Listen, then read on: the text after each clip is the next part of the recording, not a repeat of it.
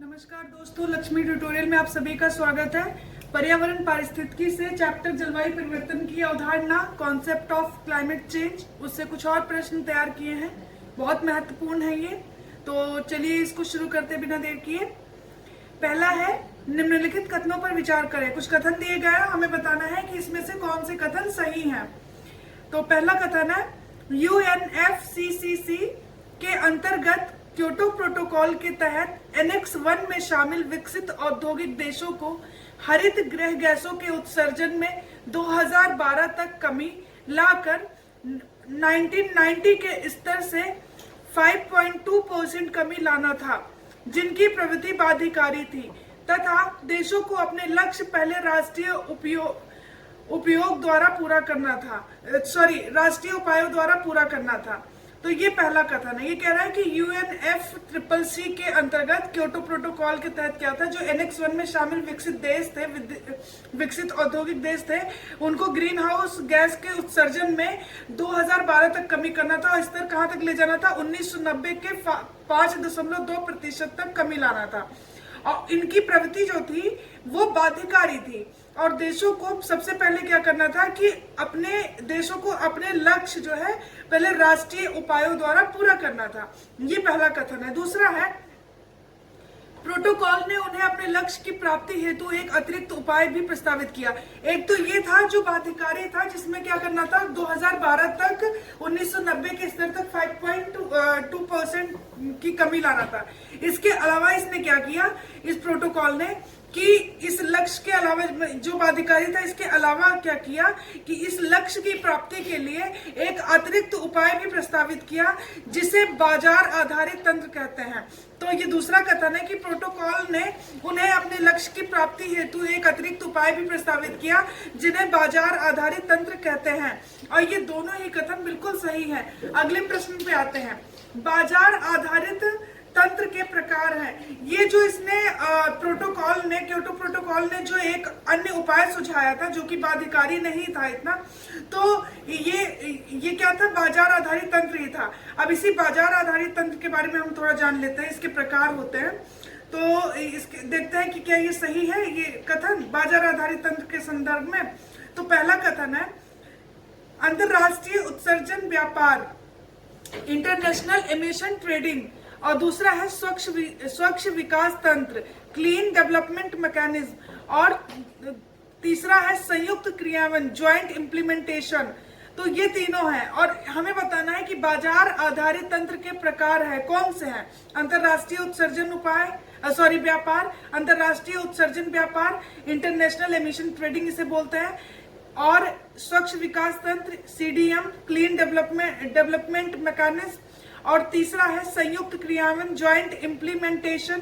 तो ये तीनों है और ये तीनों ही बाजार आधारित तंत्र के उपाय हैं। ये तीनों ही बाजार आधारित तंत्र के उपाय हैं। और ये कौन सा उपाय था, वो जो प्रोटोकॉल था, क्योटो प्रोटोकॉल, उसने ही वो जो पहले सुझाया था, जिसमें जो एनेक्स 1 में शामिल विकसित औद्योगिक देश थे, उन्हें क्या करना था, ग्रीन हाउस गैसों के उत्सर्जन में कमी लाकर 2012 तक उसे किस स्तर पर ले जाना था, 1990 के स्तर तक 5.2% की कमी लाना था, जो कि बाध्यकारी था।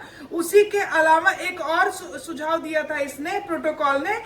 तो ये जो अतिरिक्त सुझाव था वही था ये बाजार आधारित तंत्र, और उसी के बारे में मैंने बताया। ये तीनों उसी के प्रकार हैं, अंतरराष्ट्रीय उत्सर्जन व्यापार, स्वच्छ विकास तंत्र और संयुक्त क्रियान्वयन।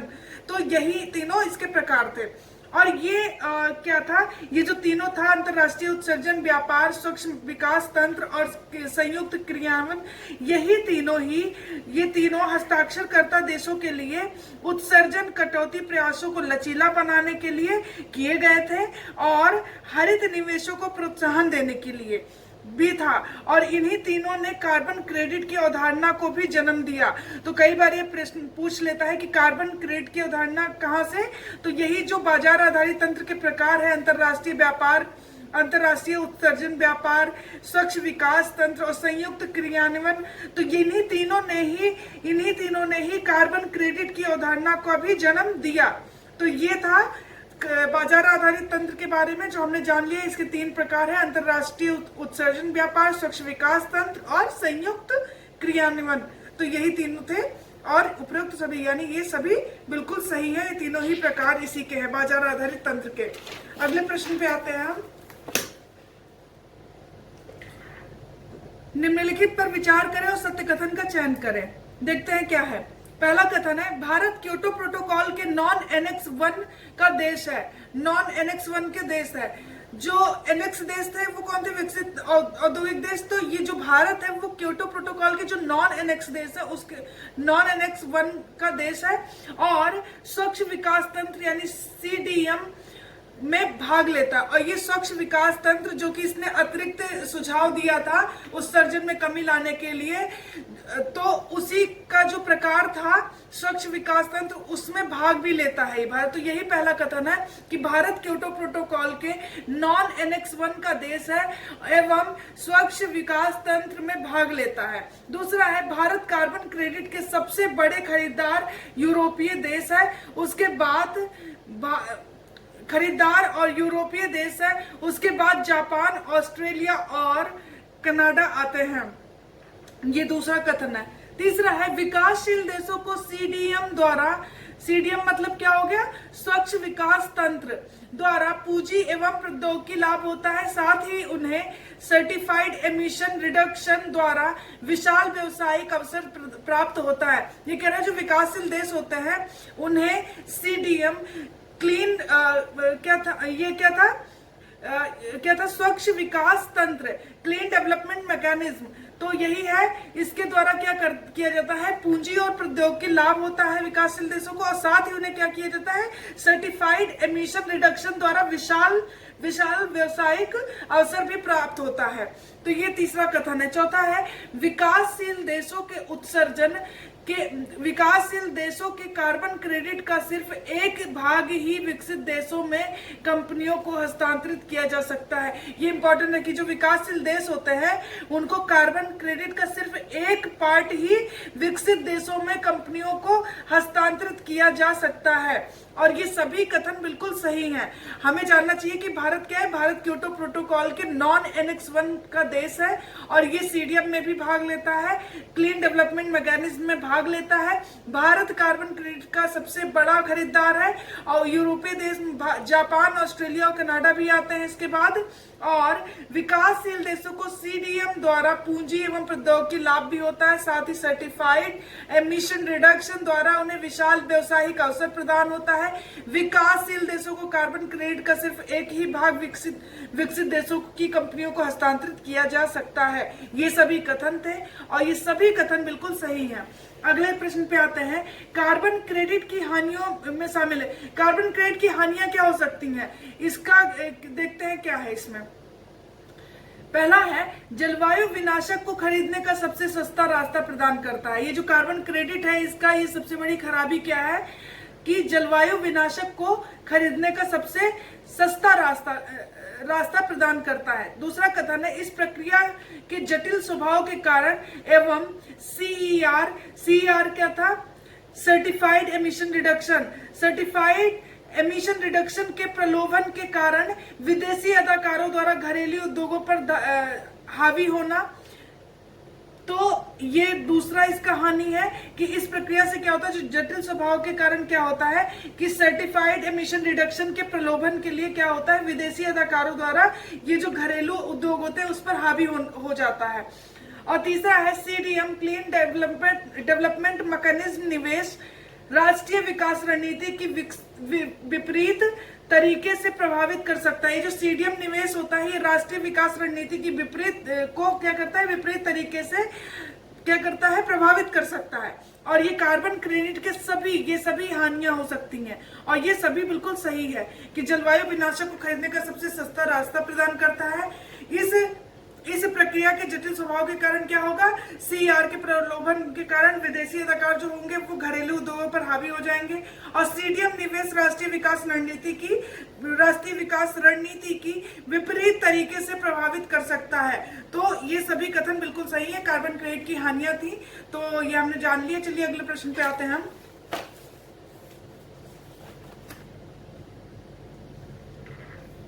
ये कथन दिए गए हैं और हमें बताना है कि कार्बन ट्रेडिंग के संदर्भ में कौन सा। कार्बन ट्रेडिंग, तो देखते हैं कार्बन ट्रेडिंग क्या है। कार्बन क्रेडिट की खरीद एवं बिक्री ही कार्बन ट्रेडिंग कहलाती है। यह अर्थव्यवस्था के अंदर और अंतरराष्ट्रीय कारोबार के रूप में भी हो सकती है।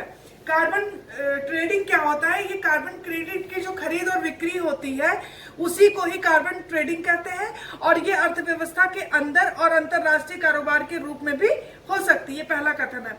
दूसरा है संयुक्त राष्ट्र एनवायरमेंट प्रोटेक्शन एजेंसी। संयुक्त राष्ट्र एनवायरमेंट प्रोटेक्शन एजेंसी ने 1970 के दशक में सबसे पहले कार्बन ट्रेडिंग की थ्योरी दी। ये इंपॉर्टेंट है कि संयुक्त राष्ट्र एनवायरमेंट प्रोटेक्शन एजेंसी ने ही 1970 के दशक में सबसे पहले कार्बन ट्रेडिंग की थ्योरी दी, जिसका उद्देश्य कार्बन उत्सर्जन को नियंत्रित और उद्योगों को प्रोत्साहन देना था। इसका उद्देश्य क्या था?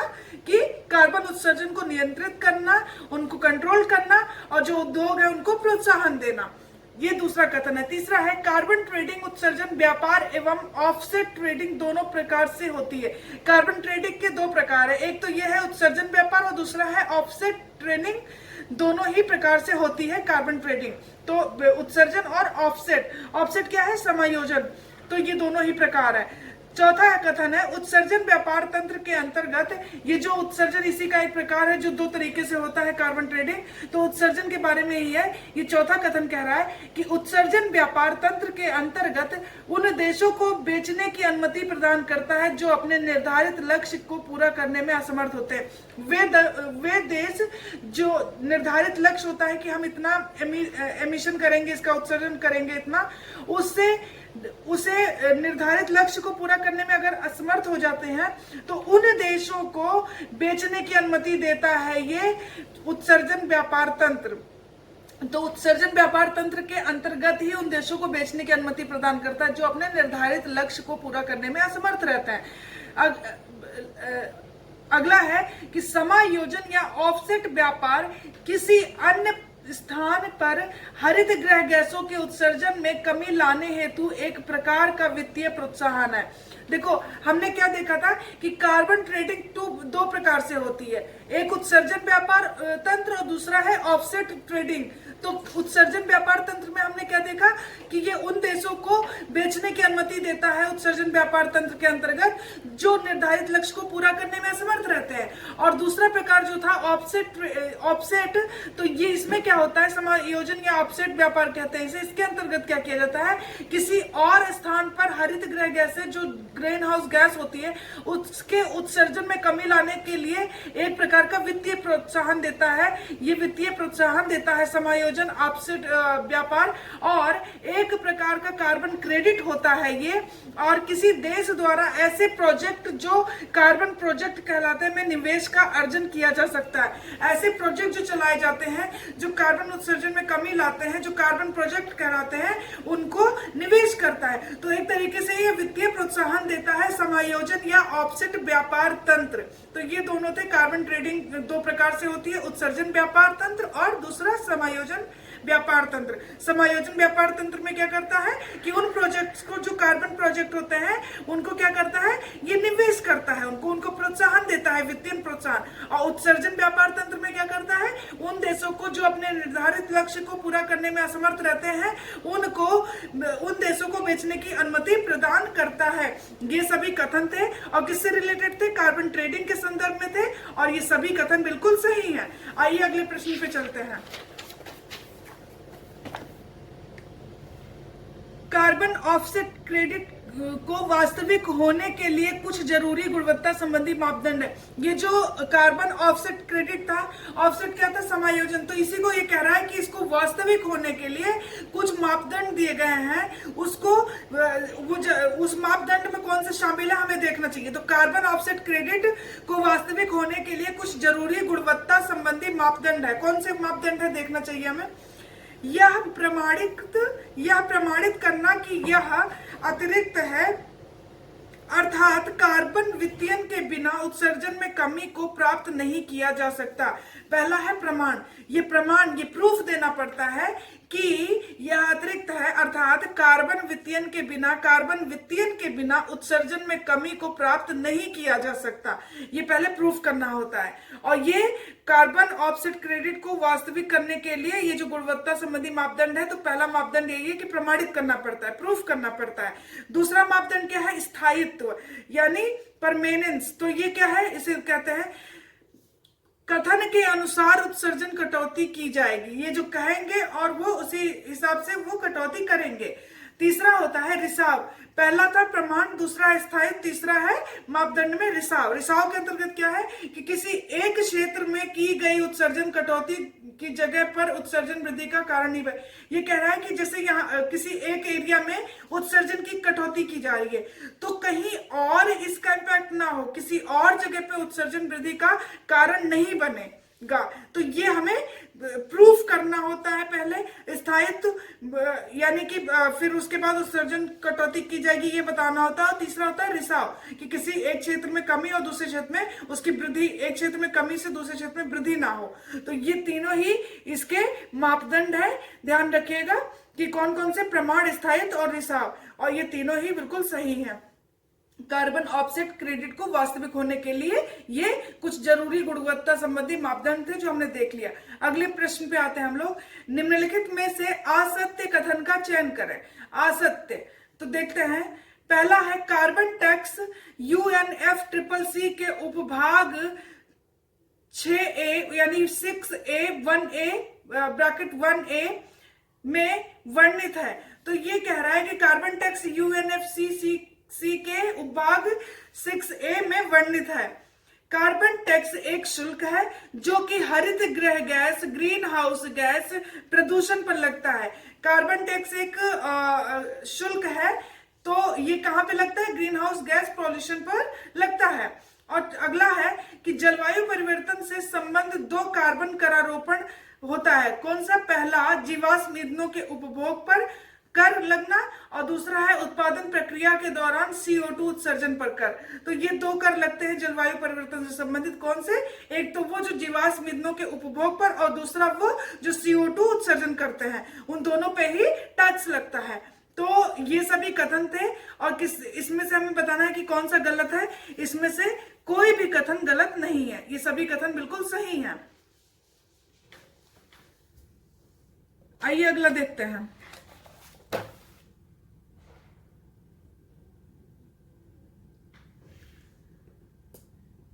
कैप एवं ट्रेड सिस्टम में आप क्या समझते हैं? कैप एवं ट्रेड सिस्टम से आप क्या समझते हैं? देखते हैं क्या है ये कैप एंड ट्रेड सिस्टम।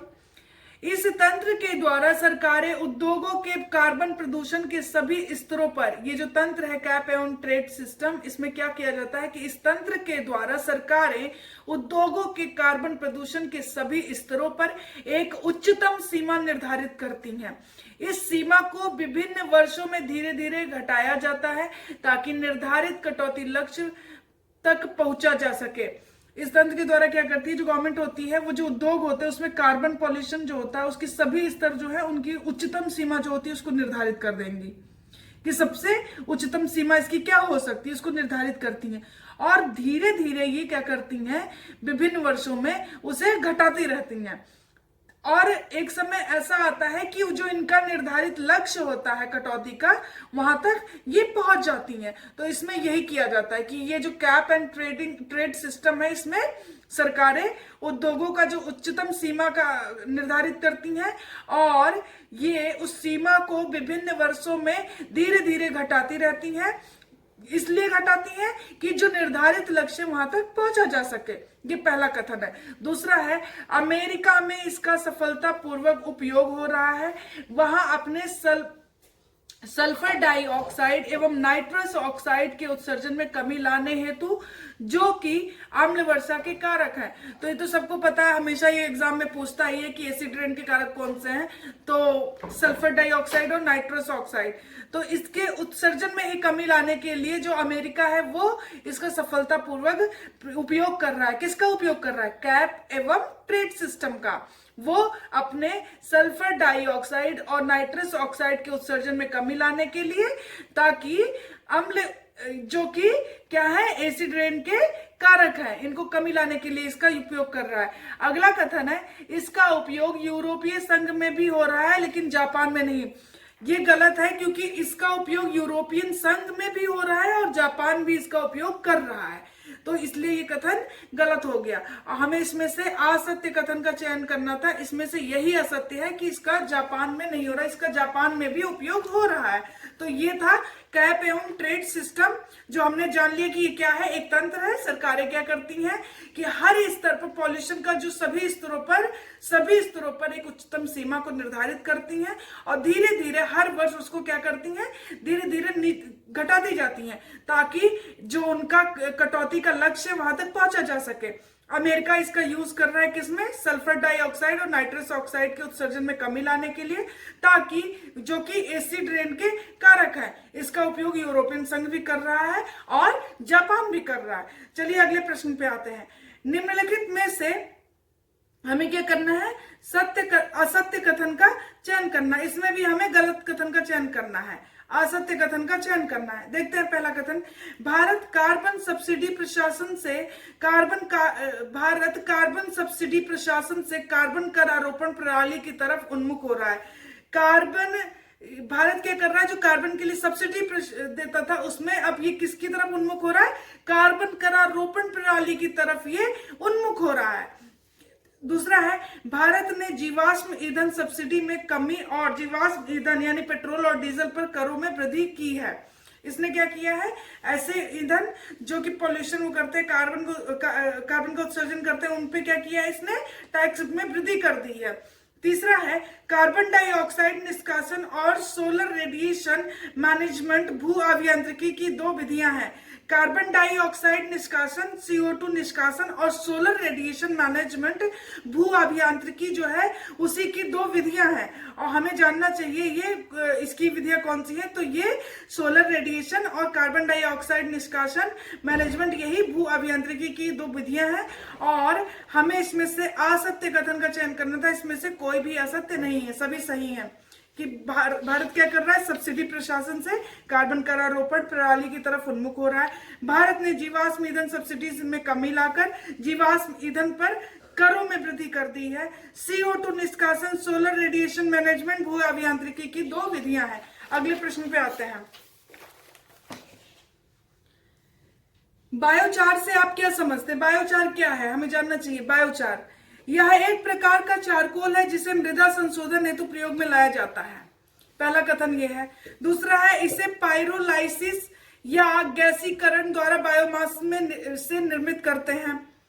तीसरा कथन है, इसे कार्बन अधिग्रहण द्वारा जलवायु परिवर्तन शमन की भी क्षमता होती है। इसमें क्या होता है, कार्बन अधिग्रहण के साथ साथ ही जलवायु परिवर्तन शमन की भी क्षमता होती है, जिसमें नकारात्मक CO2 कार्बन डाइऑक्साइड उत्सर्जन का उत्पादन होता है। चौथा कथन है, यह स्वतंत्र रूप से मृदा उर्वरता में वृद्धि करता है तथा वन पर दबाव को भी कम करता है, और यह स्थिर ठोस है जो कार्बन से समृद्ध होता है। तो ये सभी बायोचार के संबंध में ये कथन थे, और ये सभी कथन बिल्कुल सही है। हमें जानना चाहिए बायोचार क्या होता है, हम बता दिए। एक प्रकार का चारकोल है, मृदा संशोधन के लिए प्रयोग किया जाता है, और इसमें क्या होता है, इसे पायरोलाइसिस और गैसीकरण द्वारा बायोमास से निर्मित किया जाता है, और इसे क्या किया जाता है, ये कार्बन अधिग्रहण द्वारा जलवायु परिवर्तन शमन में भी क्षमता होती है, शमन की भी क्षमता होती है इसमें जिससे नकारात्मक CO2 उत्सर्जन का उत्पादन होता है। और यह क्या करता है, स्वतंत्र रूप से जो मिट्टी होती है, जो सॉइल होती है, उसकी उर्वरता में भी वृद्धि करता है, वन पर दबाव को भी कम करता है। ये स्थिर ठोस है जो कार्बन से समृद्ध होता है। और ये जो बायोचार के बारे में कथन थे, और सभी कथन बिल्कुल सही हैं।